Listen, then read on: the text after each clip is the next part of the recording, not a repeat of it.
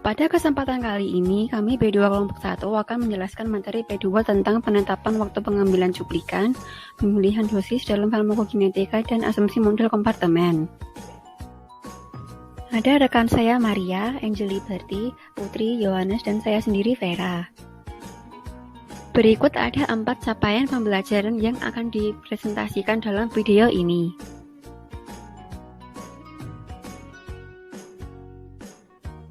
Selanjutnya kita akan mempelajari capaian pembelajaran yang pertama. Berikut akan ditampilkan grafik model kompartemen 1.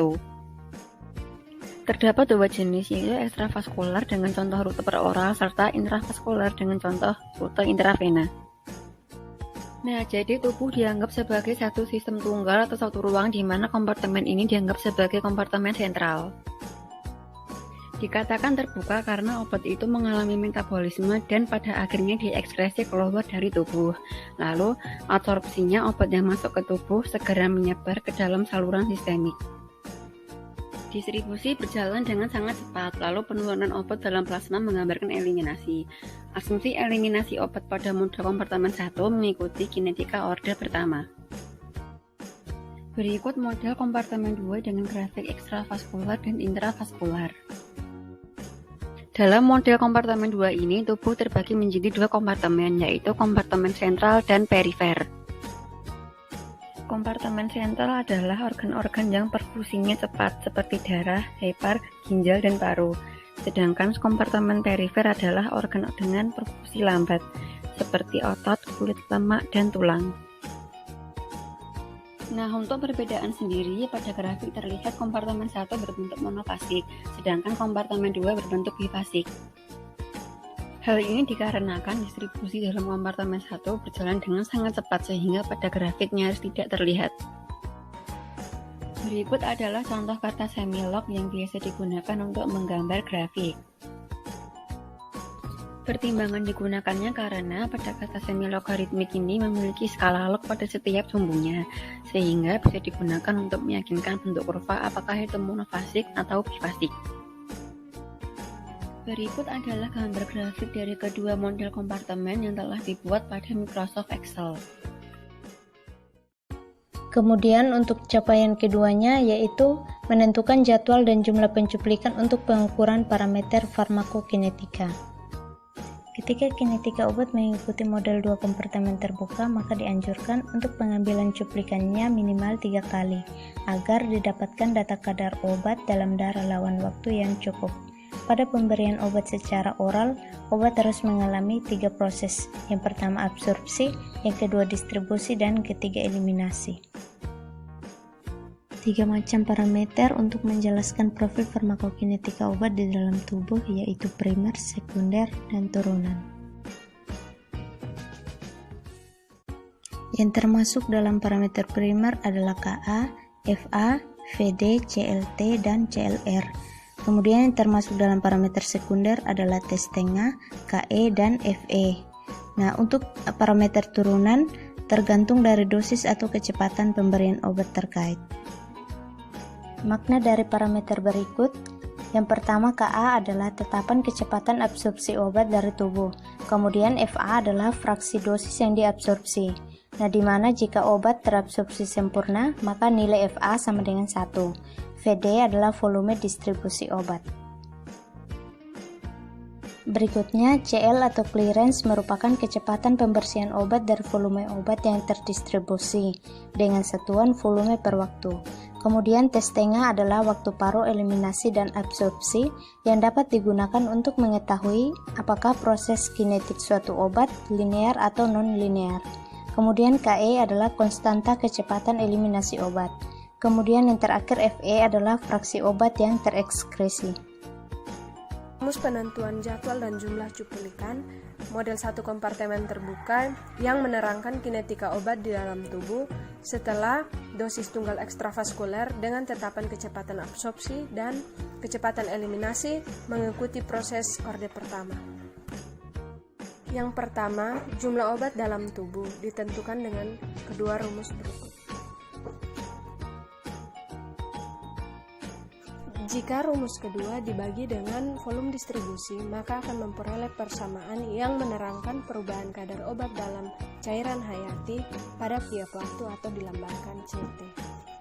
Jika bagian ini dimisalkan sebagai intercept atau titik potong antara garis yang diekstrapolasikan dari fase eliminasi ke sumbu Y, maka persamaan selanjutnya akan lebih sederhana seperti berikut. Persamaan ini diintegralkan dari T0 sampai T tak terhingga dan akan diperoleh rumus untuk menghitung AUC total atau luas area di bawah kurva kadar obat dalam darah terhadap waktu dari 0 sampai tak terhingga. Rumus yang menggambarkan penurunan kadar obat dalam darah yang mencerminkan eliminasi obat yang diubah ke bentuk ln dan log. Waktu paruh eliminasi atau T setengah menunjukkan lamanya waktu yang diperlukan untuk sejumlah obat dapat tereliminasi menjadi setengah. Capaian pembelajaran 3, yaitu menghitung besaran dosis sesuai objek uji, dengan parameter absorpsi, distribusi, dan eliminasi. Sebagai contoh, data berikut. Di sini kita akan menggunakan model kompartemen 1 yang berfokus pada absorpsi dan eliminasi. Pada tabel diketahui absorpsi dan eliminasi dengan masing-masing waktu dan konsentrasi.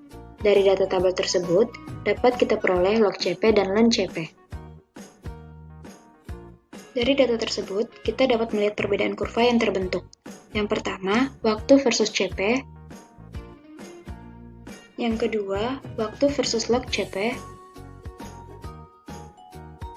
Yang ketiga, waktu versus ln CP, di mana pada kurva ketiga ini, lekukan kurvanya lebih terlihat jelas, sehingga kita akan sering menggunakan data ln.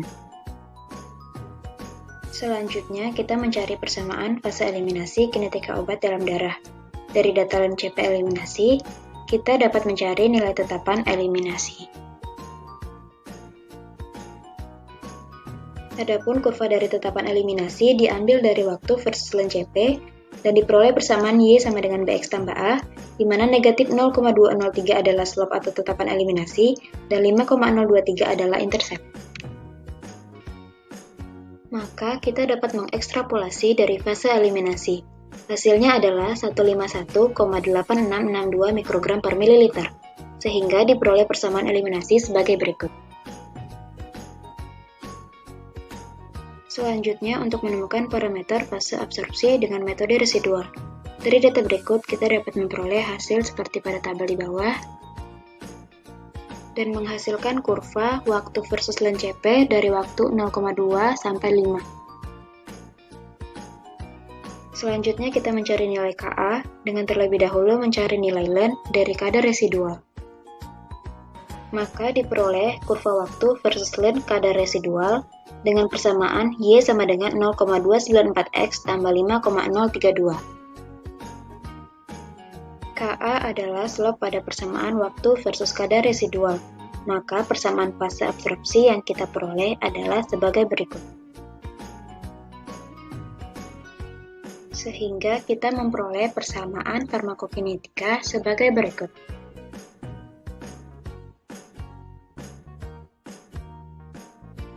Berdasarkan data dari parameter absorpsi dan eliminasi yang kita peroleh menghasilkan garis yang linear. Berikutnya ada capaian 4, akomodasi dosis yang tepat kepada subjek uji. Data yang telah diperoleh dari capaian 3 kemudian dimasukkan ke dalam rumus yang sebelumnya telah disebutkan dalam capaian 1.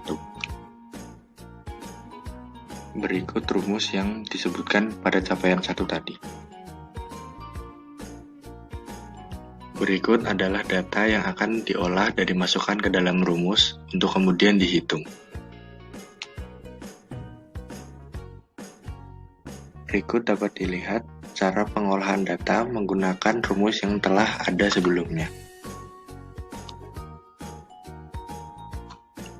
Dari hasil perhitungan dapat ditarik kesimpulan bahwa konsentrasi obat yang didapat pada jam ke-6 adalah 49,2 mg. Sekian pemaparan dari kelompok kami. Terima kasih.